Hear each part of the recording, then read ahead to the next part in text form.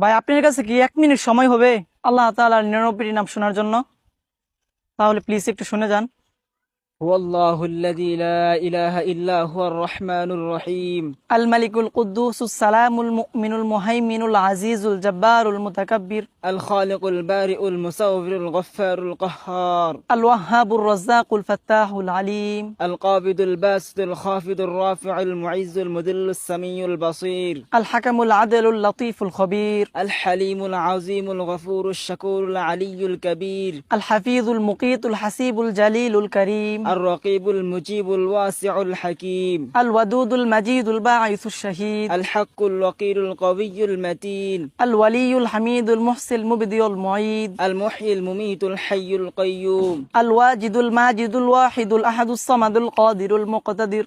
المقدم المؤخر الأول الآخر الظاهر الباطن. আল ওয়ালিল